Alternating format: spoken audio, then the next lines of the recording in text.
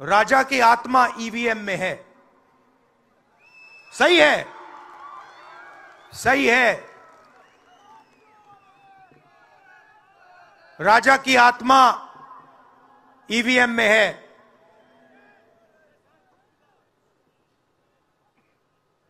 हिंदुस्तान की हर संस्था में है,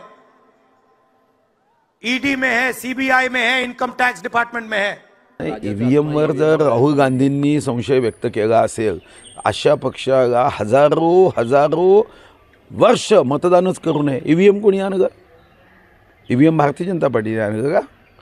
ईव्हीएम काँग्रेसने आणलं। आणि तुम्ही जर देशाच्या एवढ्या महत्त्वाच्या विषयावर डोकं साबूत ठेवून जर निर्णय करू शकत नसाल आणि आज आरोप करता, तर हा आरोप भाजपवर नाही आहे, हा आरोप तुमच्या स्वतःवर आहे की तुम्ही नाकर्ते कसे आहात, तुम्ही देशामध्ये कसे निर्णय करतात। आणि आज ईव्हीएमवर खापर फोडताना कर्नाटक, हिमाचल जिंकल्यावर मग मात्र मान्य मोदीजींचा पराभव, स्वतः पराभूत झाले की ईव्हीएम। हा बालिशपणा आहे हो, हा अतिशय बालिशपणा आहे। म्हणजे स्वतःच निर्णय करायचा। आणि बघितलं आहे ना, आदरणीय पंतप्रधान असताना मनमोहन सिंगांनी केलेलं एक विधेयक स्वतः बाहेर जाऊन फाडलं। काय नेतृत्व आहे। मला कधी कधी यांच्याबद्दल कीव येते।